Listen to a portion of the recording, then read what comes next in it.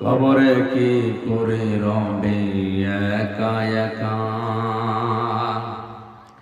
ভাবো কবরে কি করে রবে একা একা। অন্ধকারে বাতি নাই, বদ্ধ ঘরে সাথী নাই, তোমার প্রিয়াও দেবে না তোমার দেখা।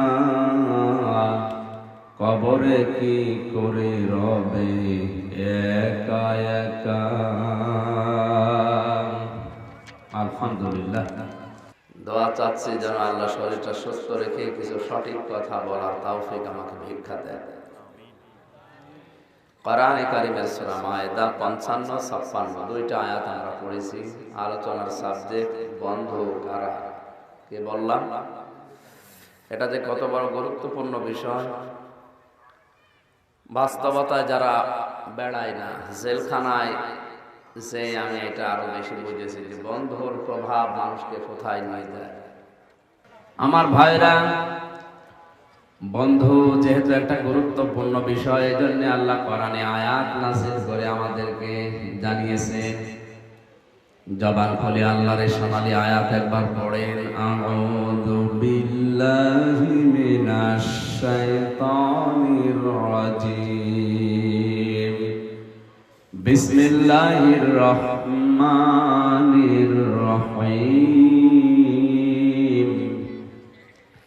ইন্নামা ওয়ালিয়্যুকুমুল্লাহু ওয়া রাসূলুহু ওয়াল্লাযীনা আমানু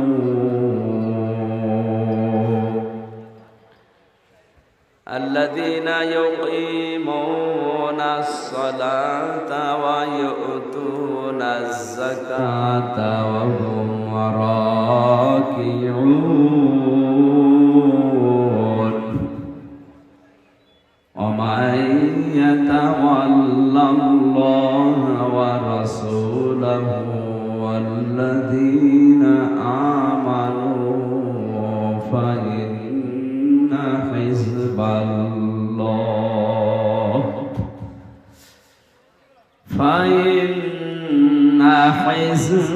الله هم الغالبون।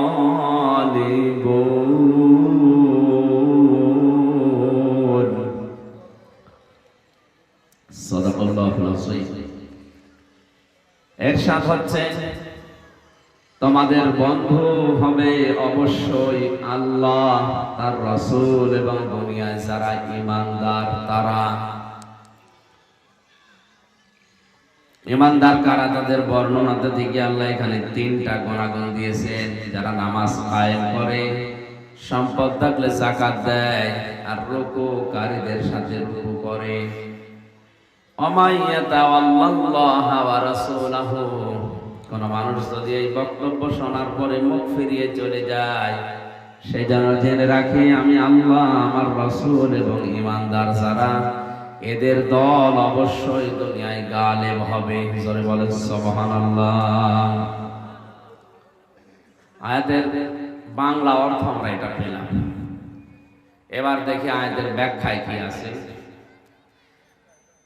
ইন্নামা ওয়ালিয়্যুকুমুল্লাহু ওয়া রাসূলুহু, আল্লাহ বর্ণনা দেওয়ার শুরুতে ইন্না লাগিয়েছেন। একটা কথাকে 100 বার বললে যে গুরুত্ব হয়, ওইটাকে আল্লাহ একবারে বলার জন্য ইন্না, আন্না এগুলো ব্যবহার করেন। তাকিদ সূচক শব্দ এরকম 13টা আছে আরবি গ্রামারে। কোন সেন্টেন্সের আগে আল্লাহ একটা লাগিয়ে দিলে অর্থ হয় খুবই গুরুত্বপূর্ণ বিষয় বোঝানোর জন্য। বাবা মাঠে যাচ্ছে, ছেলেকে বলছে দেখো খাবার নিয়ে যে দুপুর বেলায়। সারাদিন পরিশ্রম করে এসে দেখে খাবার তো নিয়ে যায়নি, মার্বেল খেলছে। কি খেলছে? মার্বেল বলছেন না, এই গলি। বাবা ডাক দিয়ে বলবে বেটা তোরে আমি 100 বার বললাম, তারপরও কথা শুনলি না। কয়বার বলেছি? 100 বার। একবার। কয়বার? বাবার ওই একবারের কথা 100 বারের গুরুত্ব ছিল, কারণ দুপুর বেলা কাজ ছেড়ে আসলে কাজের ক্ষতি হবে। ছেলে যেহেতু ফিরে আছে, এই জন্য ওর এই কথা জানিয়েছে। আল্লাহ রাব্বুল আলামিন 100 বার বলতে পারতেন তোমাদের বন্ধু আমি আল্লাহ, রাসূল, ঈমানদারেরা 100 বার রিপিট করলে কেমন হয়ে যায়। আল্লাহ রাব্বুল আলামিন ওইটা বোঝাতে একবারে শব্দের শুরুতে ইন্না লাগিয়ে দিয়েছেন। এখানে কাদাননি যে তোমার বন্ধু হে মুহাম্মদ, না, ওয়ালিয়ুকুম, তোমাদের বন্ধু। এই তোমাদের বলতে এই পৃথিবীতে কারা 7.5 কোটি মানুষ এখন আমরা আছি, সবাইকে আল্লাহ উদ্দেশ্য করেনি। আল্লাহ রাব্বুল আলামিন শুধুমাত্র উদ্দেশ্য করেছেন, এর আগে যেহেতু অ্যাড্রেস করা আছে ঈমানদারদের, এর রুকু শুরু হয়েছে ঈমানদারদের নিয়ে, এই জন্য আল্লাহ ঈমানদারকে বলছেন তোমাদের বন্ধু আমি আল্লাহ। আমি আল্লাহ যদি কারো বন্ধু হয়ে যাই, আল্লাহু ওয়ালিয়ুল্লাযীনা আমানু ইখরিজুহুম মিনাজ যুলুমাতি ইলান নূর। আমি আল্লাহ যদি কারো বন্ধু হই, আমার প্রতি তার একটা দায়িত্ব আছে, তাকে অন্ধকারের পথগুলো থেকে আলোর দিকে আমি আল্লাহ বের করে নিয়ে আসি। রামবাসী কান খাড়া করে বিবেক দিয়ে ভাবেন, চিন্তা করে। আল্লাহ পাক বলেন আমি আল্লাহ ঈমানদারদের বন্ধু, আর আমি যদি কারো বন্ধু হয়ে যাই, আমার দায়িত্ব ঈমানদারের উপরে অন্ধকারের পথ থেকে আলোর পথে বের করে নিয়ে আসা। এখানে ফাইল বা কর্তা যিনি কাজ করেন, এ করবেন তিনি কে? আল্লাহ নিজে করবেন। যত তাফসীর আছে পৃথিবীতে, সব মুফাসসির এই জুলুমাতের ব্যাপারে একমত। দুনিয়ায় যত নিয়ম নীতি করা আছে, যত ধর্ম আছে, ইসলাম বাদ দিয়ে আল্লাহর কাছে সব অন্ধকার।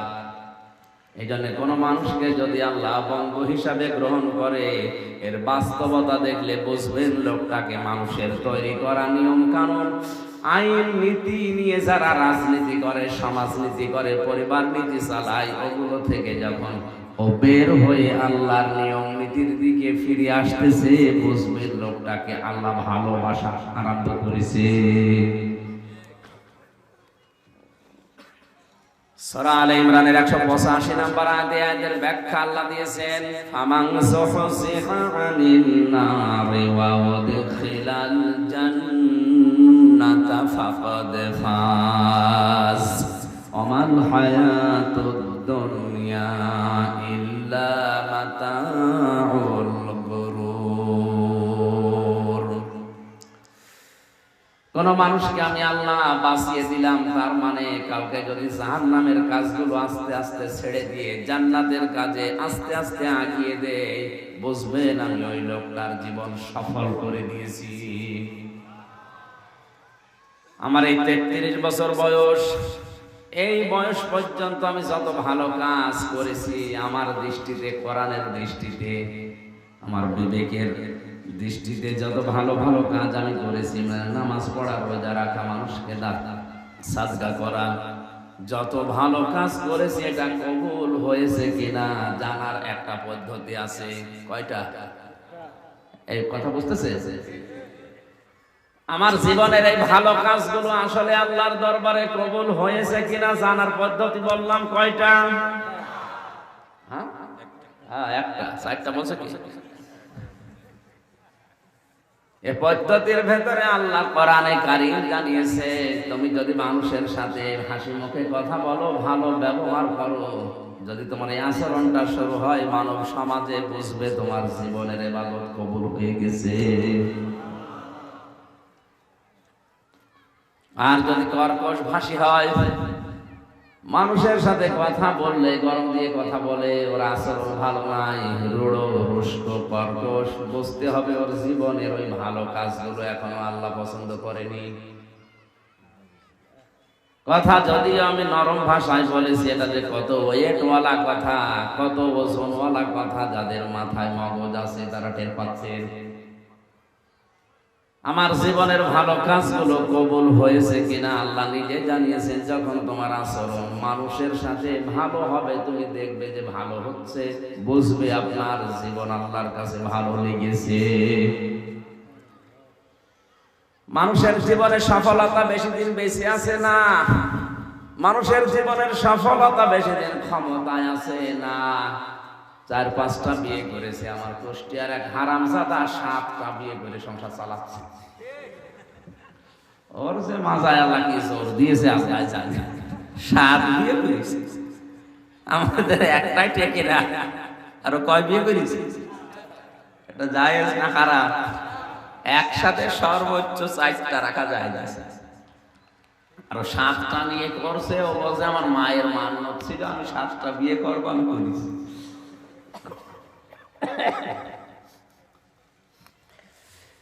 বেশি বিবাহ করা এটা সফলতা না। কোরআনে কারিমের আয়াত কত নম্বর বলেছিলাম?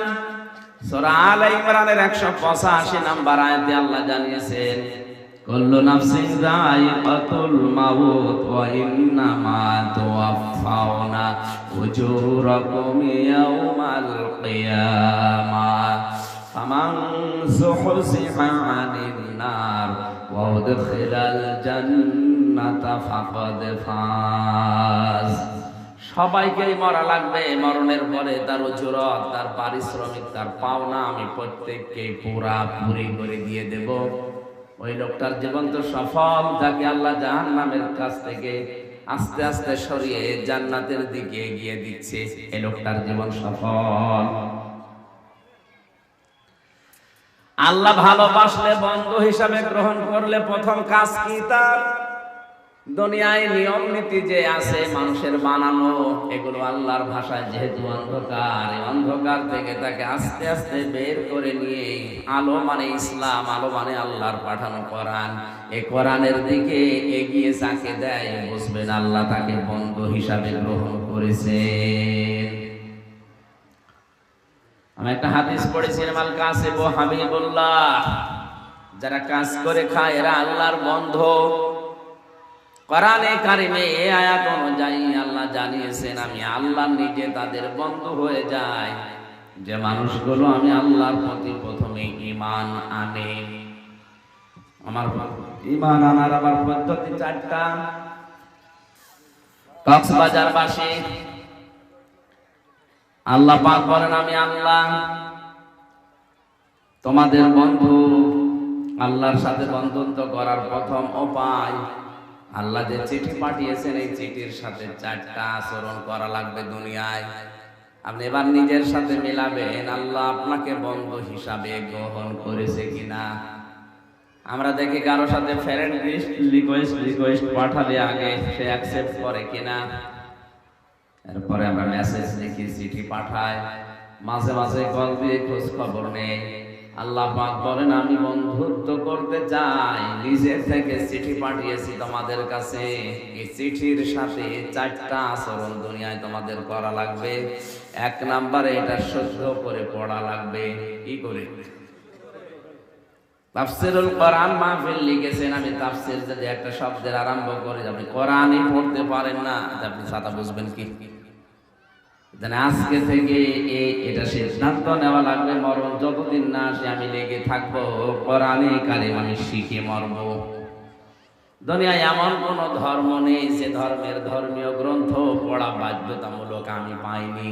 শুধুমাত্র ইসলাম ধর্মে কেউ যদি গ্রহণ করে, প্রবেশ করে, তার ধর্মীয় গ্রন্থ পড়া ফরজ। কোরআন পড়া কি? বলেন বলেন। এখানে শরীফ সালালে দেখবেন 100 জনের প্রায় 95 জন পড়তে পারে না।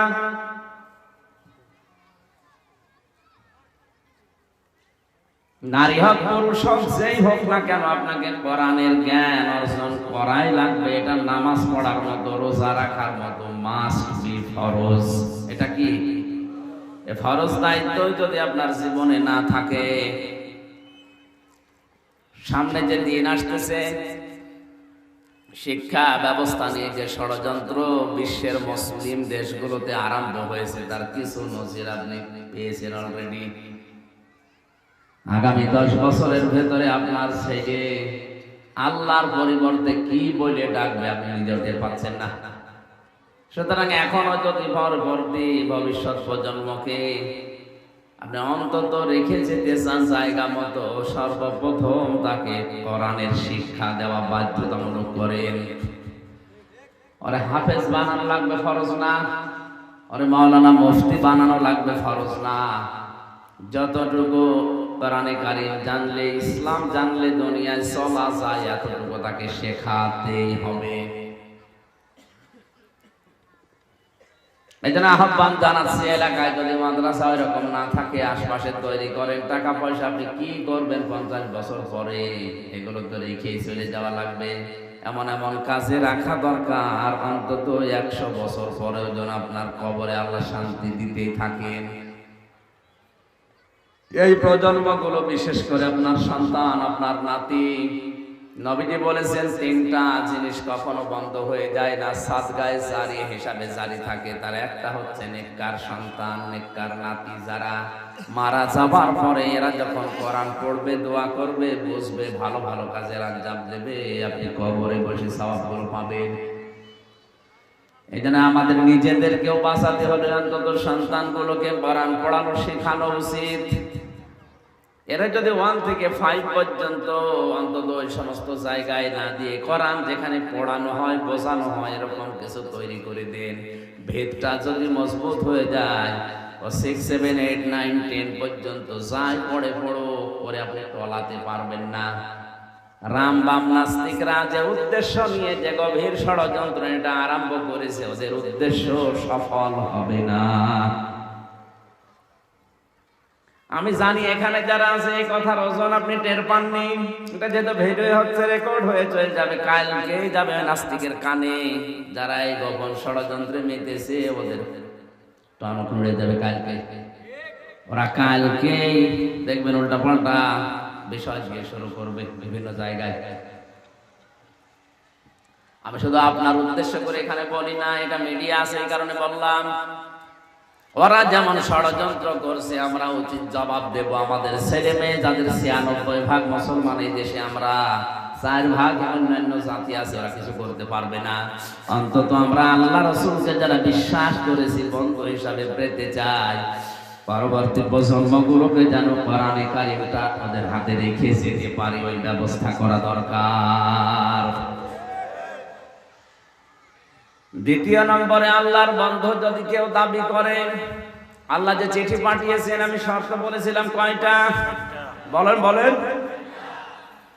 আল্লাযীনা আতাইনাহুমুল কিতাবা ইয়াতলুনাহু হাক্কা তিলাওয়াতি উলাইকা ইউমিনুনা বিহি ওয়া মান ইয়াকফুর বিহি ফাউলাইকা হুমুল খাসিরুন।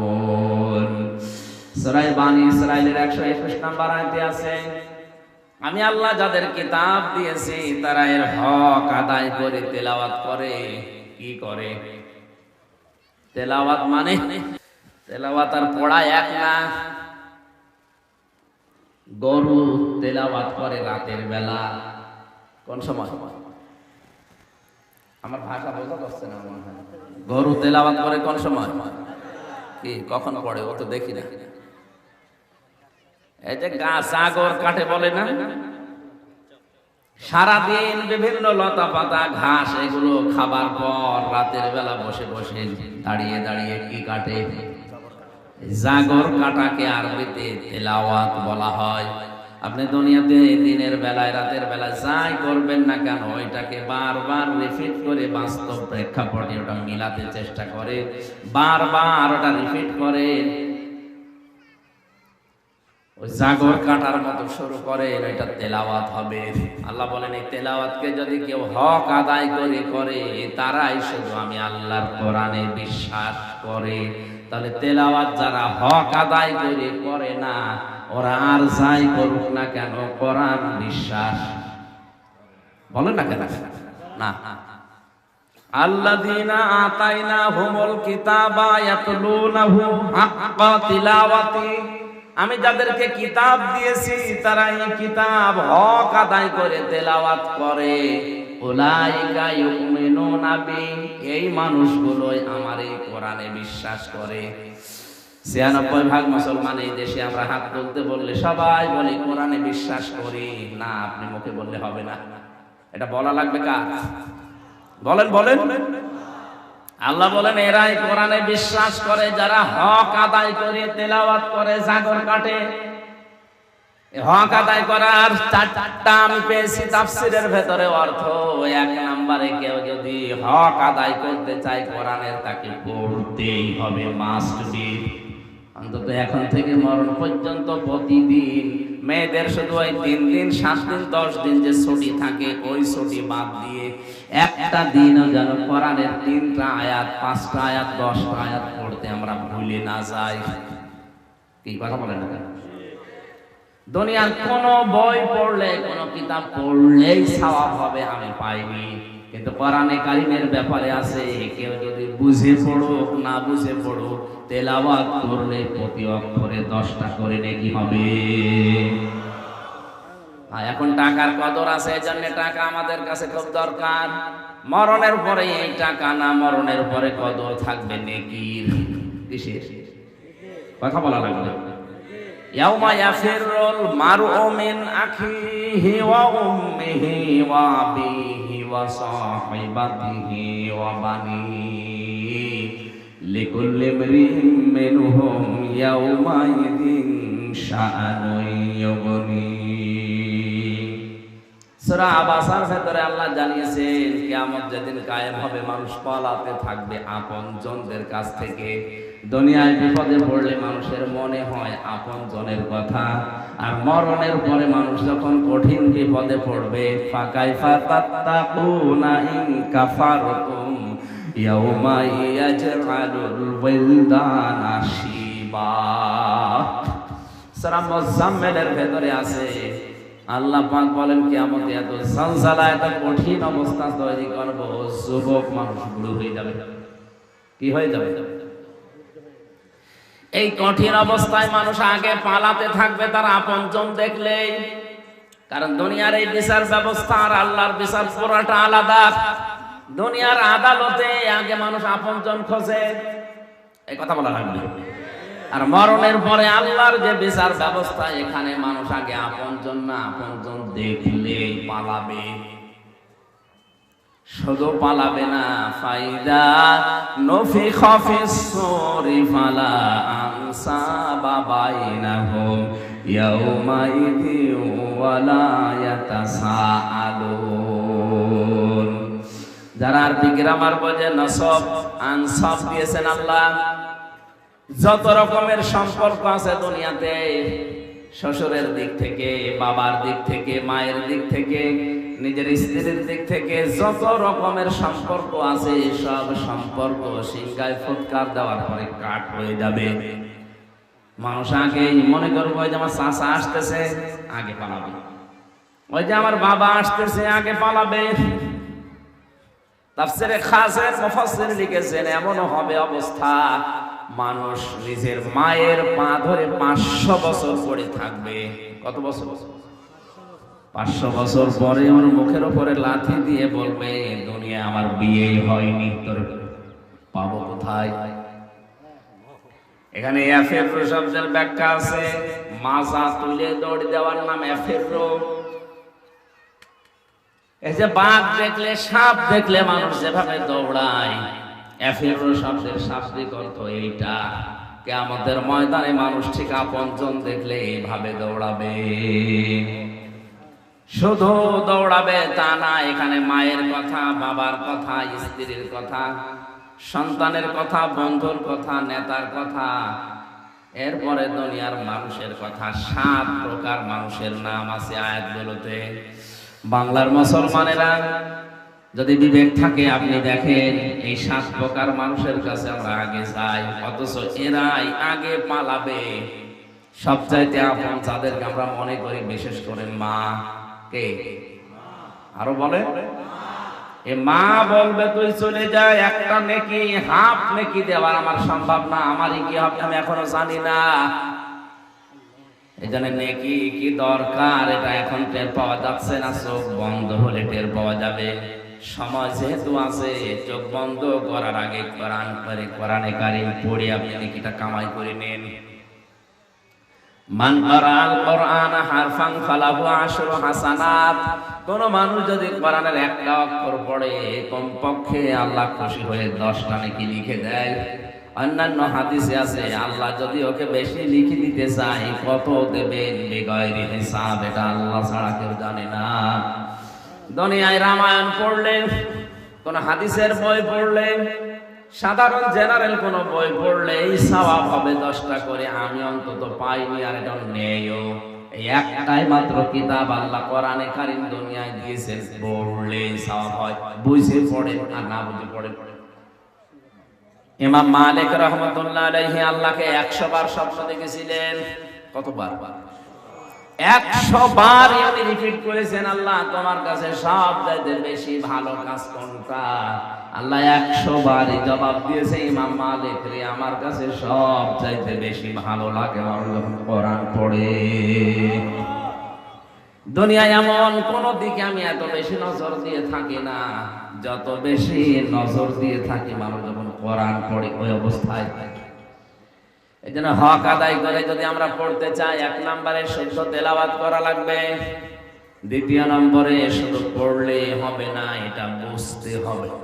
এটা কি করা লাগবে? বোঝার মতো মানুষের সংখ্যা এখন নেই। 100 জনের 95 জন তো পড়তে পারে না, আর বাকি আছে 5 জনে, 5 জনের 4 জন আছে পড়ে বোঝে না। 1% বোঝে পড়ে, তাও সঠিকভাবে গবেষণার নিয়তে পড়ে না। অথচ কোরআন শুধু পড়ার জন্য আল্লাহ বলেননি আফালা ইয়াতাদাব্বারুনাল কুরআনা আম আলা কুলুবিন আকফালুহা। সূরা মুহাম্মাদের 47 নম্বর আয়াতে আল্লাহ বলে জানিয়েছেন, কি হয়েছে তোমাদের? কোরআন নিয়ে কেন চিন্তা ভাবনা করো না? কোরআনের কাছে কেন এসে গবেষণার দৃষ্টিতে বসো না? তোমাদের অন্তরে কি তালাবদ্ধ করা? ও বাংলার মুসলমানেরা, ওদের আহ্বান জানাচ্ছি, মাহফিলটা প্রতিদিন হবে না। আজকে থেকে সিদ্ধান্ত নিয়ে বাড়ি যাওয়া লাগবে। মরণের আগে হলেও একবার পড়া কোরআন আমার মাতৃভাষায় আমি অর্থটা শেষ করব। জেলখানায় থাকা অবস্থায় অনেকগুলো মানুষকে পরামর্শ দিয়ে পড়িয়েও ফেলেছিলাম। তারপরেও যেহেতু আমরা একটা রেস্ট্রিকশনে ছিলাম, আটকা জায়গায় থাকতাম, কিছু কিছু মানুষ রিস্ক নিয়ে আসতো। যতটুকু তাদের পেরেছি বলেছি এটা শেষ করেন। পড়া কোরআনটা মাতৃভাষায় একবার অর্থ পড়েন, ব্যাখ্যা যদি নাও সময় পান, প্রতিদিন 3-4 আয়াতের অর্থ পড়লে দেখা যাবে বছরে আপনার শেষ হয়ে যাবে। তাহলে এই দেশে আপনাকে কে আবার ধোঁকা দিয়ে বোকা বানিয়ে শিরিক বেদাত করাতে পারবে না। কারণ আল্লাহর গ্যারান্টি, আমি আল্লাহ যাদেরকে চিঠি দিয়েছি, চিঠি যদিও পড়ে আর বোঝে, বন্ধু হবে কে? শর্ত 2টা বললাম, এখনো আছে কয়টা? শুদ্ধ করে পড়া, বুঝতে হবে এটা। এখন যদি বলেন এত কঠিন বিষয়, লক্ষ লক্ষ শব্দ আমি মুখস্থ করবো এই বুড়ো বয়সে, না, খুব বেশি হলো 250 শব্দের অর্থ যদি আপনার আয়ত্তে থাকে, পড়া কোরআন শরীফ আপনি দেখলে বুঝবেন যে আল্লাহর বক্তব্য এইটা। প্রতিদিন 3-4টা শব্দ করে মুখস্থ করেন। ইন্না মানে কি, আন্না মানে কি, কান্না মানে কি, এরকম শব্দগুলো খুব বেশি না, 250-র মতো আছে। একটু নিয়ত করে শুরু করেন। এখন যদি মনে করেন সময় নেই, প্রতিদিনে 24 ঘন্টার 5 মিনিট সময় বের করেন, 5টা শব্দ মুখস্থ করবো। আপনি তাহলে তালবে ইলম হয়ে যাবেন। এখন তো 60 বছর বয়স, আমার তালবে ইলম। হ্যাঁ, আপনি তালবে ইলম, ইলম তলবকারী। এই অবস্থায় যদি মরণের আগে আপনি শিখতে শিখতেই মারা যান, শেখা যদি নাও হয়, তারপরও আপনি কিয়ামতের দিন তালবে ইলম হয়ে উঠবেন, যাদের কোনো বিচারও হবে না, হিসাবও হবে না। তালেবে ইলমের মর্যাদা আল্লাহর নবী এত বেশি দিয়েছেন, কোন রাস্তা দিয়ে যদি তালেবে ইলম হেঁটে যায়, ওই রাস্তার পাশে ফেরেশতারা নিজেদের পর বিছিয়ে দেয়।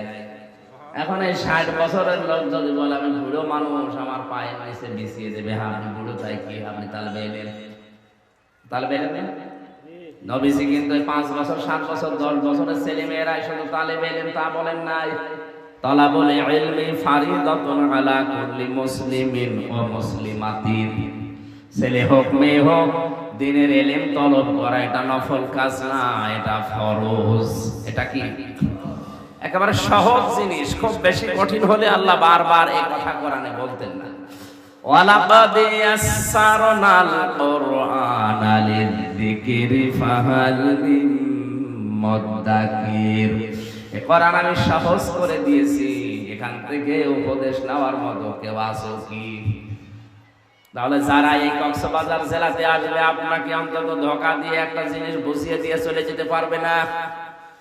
আজকে থেকে আগামী বছরের এই দিন পর্যন্ত কোরআনটা মাতৃভাষায় 2-4 আয়াত করে পড়ে পড়ে বাংলা পড়ে পড়ে আপনি শেষ করে ফেলবেন। আমি কয়েকবার মাত্র শেষ করেছি বাংলাটা, এখন আমার কাছে পুরা কোরআন শরীফের সব আয়াতই এক মনে হয়। তা আপনি যদি একবারও পড়েন অন্তত এক মনে না হলেও বেশি তফাৎ হবে না। বন্ধ হওয়ার 2 নম্বরের শর্ত তাহলে বুঝতে হবে আপনাকে। 3 নম্বরের শর্ত দিয়েছে, এটা শুধু বুঝলে হবে না, যতটুকু বুঝবেন অতটুকু আপনার ওই জীবনে আমল করা, কাজ করে দেখাতে হবে। শুধু কাজ করে দেখালেই হবে না, 4 নম্বরে যেটা জানলেন ওটা পৌঁছিয়ে দেওয়ার দায়িত্ব নেওয়া লাগবে। শর্ত কয়টা? খুব ভালো করে খেয়াল করবেন। 1 নম্বরে পড়তে হবে, তাও যেমন তেমন পড়া না, কি করে? শুদ্ধ করে বলেন। আরবি শুদ্ধ করে পড়ার সর্ব খুব বেশি হলো 12 থেকে 13টা নিয়ম আছে। বাকি যেগুলো কারিয়ানা পড়তে হয় প্রায় 120-22টার উপরে, পড়াটা আপনার দরকার নেই, ওগুলো ওদের দরকার। আপনি যদি একেবারেই না পারেন অন্তত 12-13টা কায়দা, কখনো গণনা হবে, কখনো অক্ষর ছেড়ে যাবে, কখনো 1 আলিফ টান হবে, 3 আলিফ 4 আলিফ সব মিলে 12টা। এই 12টা কায়দা না 1 মাস লাগবে যদি আয়ত্ত করতে পারেন। আর যদি মিলিয়ে মিলিয়ে ওখানে সেট করেন আপনার কোরআন শরীফ শুদ্ধ হয়ে যাবে। 2 নম্বর, আপনাকে এবার বোঝার চেষ্টা চালাতে হবে। 3 নম্বরে বুঝবেন শুধু না, যে আয়াত পড়লেন ওই আয়াতটা জীবনে আমার মেলে কিনা দেখতে হবে। আমি কোরআনে পড়েছি যে সুদ খাওয়া যাবে না, ঘুষ খাওয়া যাবে না, যৌতুক নেওয়া যাবে না, এইটা আমার জীবনে জীবন চলে গেলেও আমি মিলাবো। শুধু মেলাবো এতটুকু না, আরো মানুষ যেন মানতে পারে সেই ব্যবস্থা আমি করে দেব। 1 নম্বরে পড়া, 2 নম্বরে বোঝা, 3 নম্বরে আমল করা পর্যন্ত অসুবিধা নেই।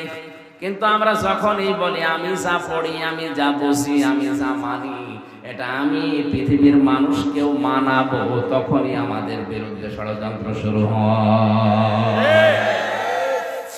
আমি যতদিন কোরআন পড়েছিলাম, মাদ্রাসা লাইনে যতদিন কোরআন পড়েছিলাম, বুঝেছিলাম, কোনো অসুবিধা আমার হয়নি। বিশ্ববিদ্যালয়ে যাবার পরে যখন কোরআন আমি প্রচার আরম্ভ করেছি, যে আমি যতটুকু জানি আমি এইটাও প্রচার করব, কারণ এটা আমার নির্দেশ। বাল্লিগু আন্নি ওয়ালাউ আয়া। বাল্লিগ না, বাল্লিগু বহু বছর। আল্লাহর নবী বলেন তোমরা সবাই মিলে প্রচার করো। আমি আল্লাহর নবীর পক্ষ থেকে যদি একটা আয়াত তোমার জানা থাকে, ওইটাও প্রচার করে দাও। এটা ফরজ না নফল?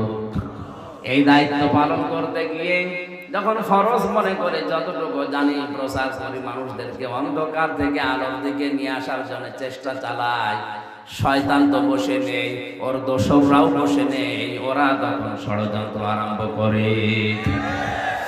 এটা এখন করছে শুধু তা না, আগেও করেছে। বিশ্বনবী যতদিন কোরআনে কারীম পেয়েছিলেন, পড়েছিলেন, বুঝেছিলেন, আমল করেছিলেন, অসুবিধা নেই।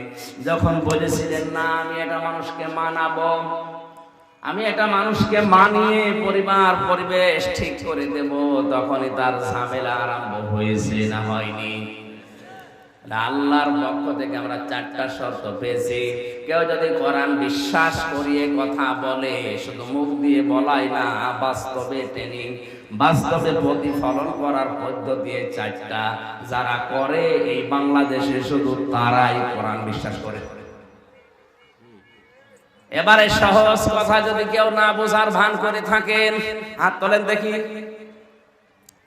তোলেন যে আমি এখনো কোরআন হক আদায় করে পড়ার কি নিয়ম আমি জানি না। এই 4টা নিয়ম আমি যে একেবারে খোলাখুলি বললাম সহজ ভাষায়, বুঝেছেন? বাংলাদেশে কোরআন সবাই বিশ্বাস করে না। এই 4টা শর্ত আপনি মানবেন, তারপর শুদ্ধ করে পড়বেন, বুঝবেন, নিজে ওর উপরে আমল করবেন, কাজ করে দেখাবেন। 4 নাম্বার এটা প্রচার করবেন মানুষের কাছে, মানুষ যেন মানে সেই ব্যবস্থা করার চেষ্টা করবেন। এই 4টা যারা করে উলাইকা ইউমিনুনা বি, এরাই কোরআন বিশ্বাস করে। আমা ইয়াকফুর বিহি, যারা এগুলো করে না, ফাউলাইকা হুমুল খাসিরুন, ওরা কোরআন বিশ্বাসও করে না, ওরা ক্ষতিগ্রস্ত। জোরে বলেন আউযুবিল্লাহ। এর কাজে সহজ ভাষা, সহজ পদ্ধতি আমার আর জানা নেই। এরপরও যদি কেউ না গান, এদিকে আর কি বলবো, আমার কিছু বলার আছে? আমি তার দারোগা পুলিশ হয়ে আসেন যে পিটিয়ে মানুষ হেদায়েত দেয়। কুলিল হাক্কু মির রাব্বিকুম ফামান শাআ ফালিউমিন ওয়া মান শাআ ফালিয়াকফুর। হে নবী, আপনি হক কথাগুলো সঠিকভাবে তুলে ধরে যার ইচ্ছা হয় সে কবুল করবে, যার ইচ্ছা হয় সে কুফরি করবে। আমার দায়িত্ব ছিল পৌঁছিয়ে দেওয়া, আমি পৌঁছিয়ে দেওয়ার দায়িত্ব পালন করলাম, এখন বাকিটা। দ্বিতীয় নম্বর, কেউ যদি রাসূলকে বন্ধু হিসাবে গ্রহণ করতে চায়, 4 দফা কর্মসূচি তার হাতে নেওয়া লাগবে। কয়টা বলেন? বলেন। কোরআনে আল্লাহ একটা 4 জায়গায় দিয়েছেন। সূরা বাকারার 129 নম্বর আয়াত, সূরা বাকারার 151 নম্বর আয়াত, সূরা আলে ইমরানের 164 নম্বর আয়াত, সূরা জুমার 2 নম্বর আয়াতে 4টা আয়াতের কথা একই। কেউ যদি রাসূলকে বন্ধু হিসাবে পেতে চায়, তার 4টা দফা কর্মসূচি নেওয়া লাগবে। 4টা কর্মসূচি ছিল দুনিয়ায় তার বাবা হযরতে ইব্রাহিম আলাইহিস সালাম, ইসমাঈল আলাইহিস সালাম যখন কাবা শরীফ নির্মাণ করছিলেন, ওই সময় আল্লাহর কাছে একটা দোয়া করেছিলেন, রব্বানা ওয়াবআস ফীহিম রাসূলাম মিনহুম ইয়াতলু আলাইহিম আয়াতিকা ওয়া ইউআল্লিমুহুমুল কিতাবা ওয়াল হিকমাতা ওয়া ইউযাক্কিহিম ইন্নাকা আনতাল আজিজুল হাকীম। হযরত ইব্রাহিম কাবা শরীফের একটা একটা করে পাথর লাগাচ্ছিলেন, ইসমাইল পাথরগুলো তুলে দিচ্ছিলেন। এমন সময় তিনি দোয়া করলেন ওই মাকামে ইব্রাহিমের উপরে দাঁড়িয়ে, যে ইব্রাহিম আলাইহিস সালাম যে পাথরটায় উঠছিলেন, পাথরটা লিফটের মতো, উঠলেই পাথর উপরে চলে যায়। উনি পাথরটা লাগিয়ে আবার যখন নিচে নামার মনে করেন পাথরে দাঁড়ান, পাথর এমনিতেই নিচে নেমে যায়। লিফটে হয়তো মেশিন লাগানো ছিল, আর ওখানে ছিল আল্লাহর একটা কুদরতি মেশিন। যারা বলেন আল্লাহু আকবার। এই যে উঠতেছিলেন, পাথর লাগাচ্ছিলেন, নামছিলেন, এই অবস্থায় একটা দোয়া করেছিলেন। সে দোয়াটা আল্লাহ কোরআনে তুলে দিয়েছেন। তিনি বললেন, রব্বানা, হে আমাদের মালিক, হে আমাদের রব, ওয়াবাস, তুমি পাঠাও, ফীহিম রাসূলাম মিনহুম ইয়াতলু আলাইহিম আয়াতিকা, তুমি আমার এই বংশে আমাদের ভেতরে এমন একজন রাসূল প্রেরণ করো যে তোমার আয়াত তেলাওয়াত করে মানুষকে শোনাবে। তাহলে রাসূলকে বন্ধু হিসাবে পাওয়ার জন্য আল্লাহ যে 4 দফা কর্মসূচি দিয়েছেন, 1 নম্বরে আমি যদি রাসূলকে বন্ধু হিসাবে পেতে চাই, কোরআনে কারীম তেলাওয়াত করে মানুষকে শোনানো লাগবে। এটা আমার দায়িত্ব। এটা কি? এই দায়িত্ব হয়তো কুষ্টিয়া থেকে পর্যন্ত এসে আমার পালন করা সম্ভব না, কারণ এখানে আমি চিনি না, জানি না। যারা এই ব্যবস্থাটা করে দিল কোরআন বোঝানোর, কোরআন প্রচার করার, আল্লাহ তাদেরকে এই আয়াতে শামিল করুন। জোরে বলেন আমিন। রাসূলকে বন্ধু হিসাবে পাওয়ার 2 নম্বর পদ্ধতি হচ্ছে আল্লিমুহুমুল কিতাব, কিতাবের শিক্ষা ব্যবস্থা জারি করা। আমাদের সিলেবাসে কোরআনে কারীম 100 মার্ক থাকবে। এটা যদি মুসলিম দেশে থাকতো, ও যদি ম্যাজিস্ট্রেট হয়, ডিসি হয়, টিওনো হয়, বড় বড় জায়গায় যায়, পিটিয়েও তাকে ঘোষ খাওয়ানো যাবে না। ঝিনাইদার এক টিওনোর বাড়িতে একবার উপস্থিত হয়ে দেখি ওনার আমার এক চা দিল, সে 20 সালে চা দিয়েছে, কিন্তু নিচে কোনো পিরিচ নেই। আমি হেসে ফেলেছি। আমার হাসি দেখে জ্ঞানী মানুষটা বুঝে ফেলেছে, হুজুর আপনি কেন হাসেন, আমি বুঝেছি। চা দিয়েছি শুধু কাপে, কাপের নিচে পিরিচ নেই। সকালবেলা আমার ওই ছোট বাচ্চাটা পিরিচটা ভেঙে ফেলেছে। পিরিচ যে কিনবো সে টাকা আমার হাতে এখন আর নেই। অথচ আজ গতকালকে আমি একটা সই করলে 10 লাখ টাকা পেয়ে যেতাম।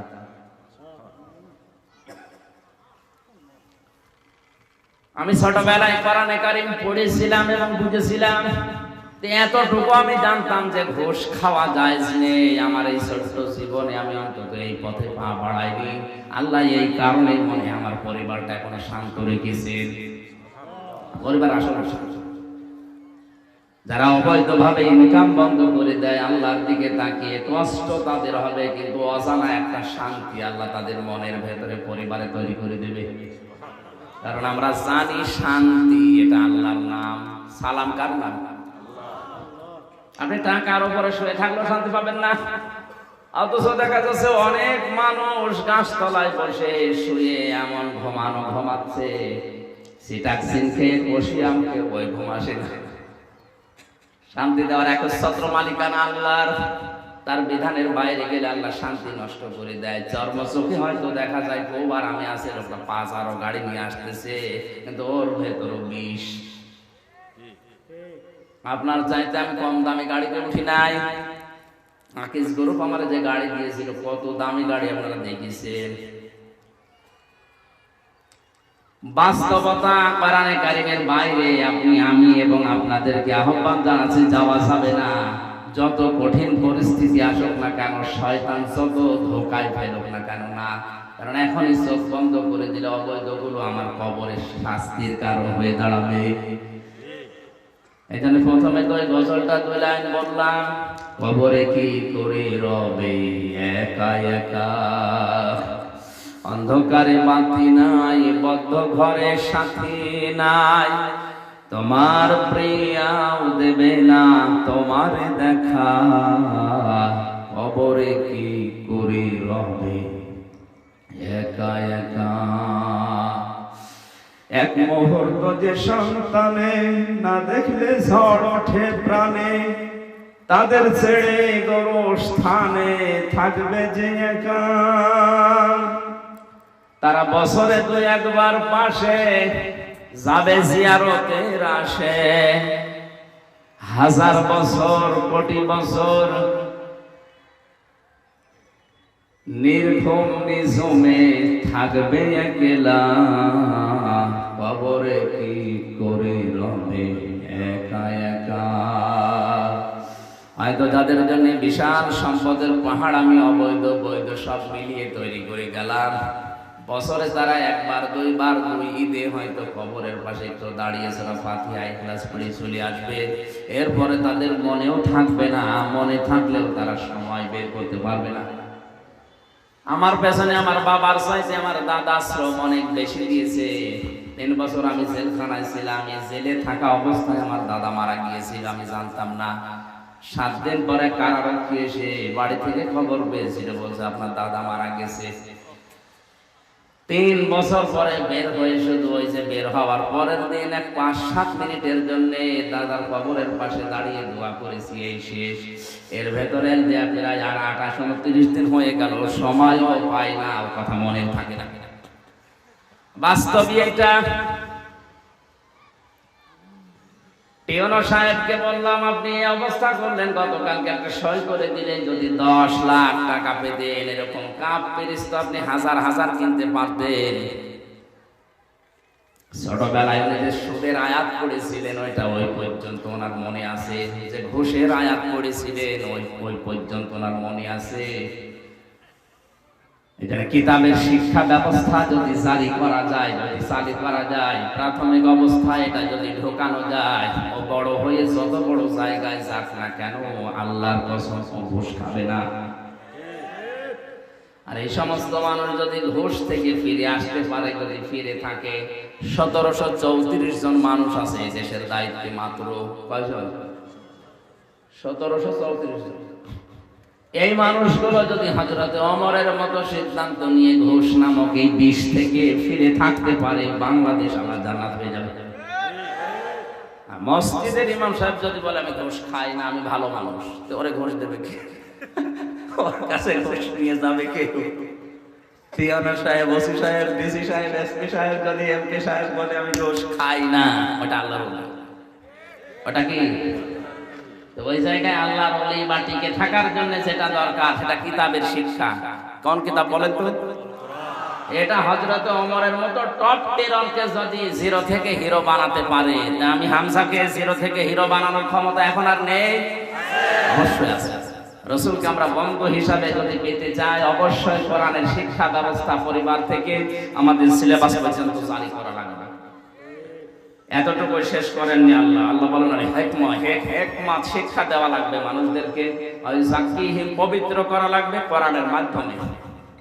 3 নম্বরে তোমাদের বন্ধু হবে ঈমানদাররা। ঈমানদারকে আল্লাহ বন্ধু হিসাবে গ্রহণ করার জন্য আদেশ দিয়ে শেষ করেন। 3টা গুণ যাদের ভেতরে আছে তারা ঈমানদার।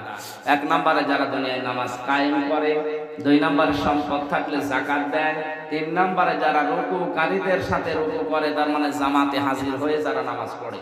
এই 3টা গুণ যাদের ভেতরে আছে এরা ঈমানদার। এদের সাথে বন্ধুত্ব করার নির্দেশ কার?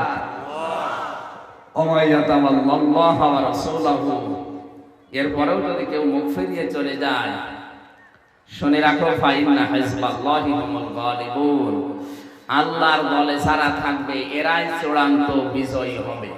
আল্লাহ আমাদেরকে এই বিজয়ের মালা দুনিয়া আখিরাতে পড়ার তৌফিক দিন।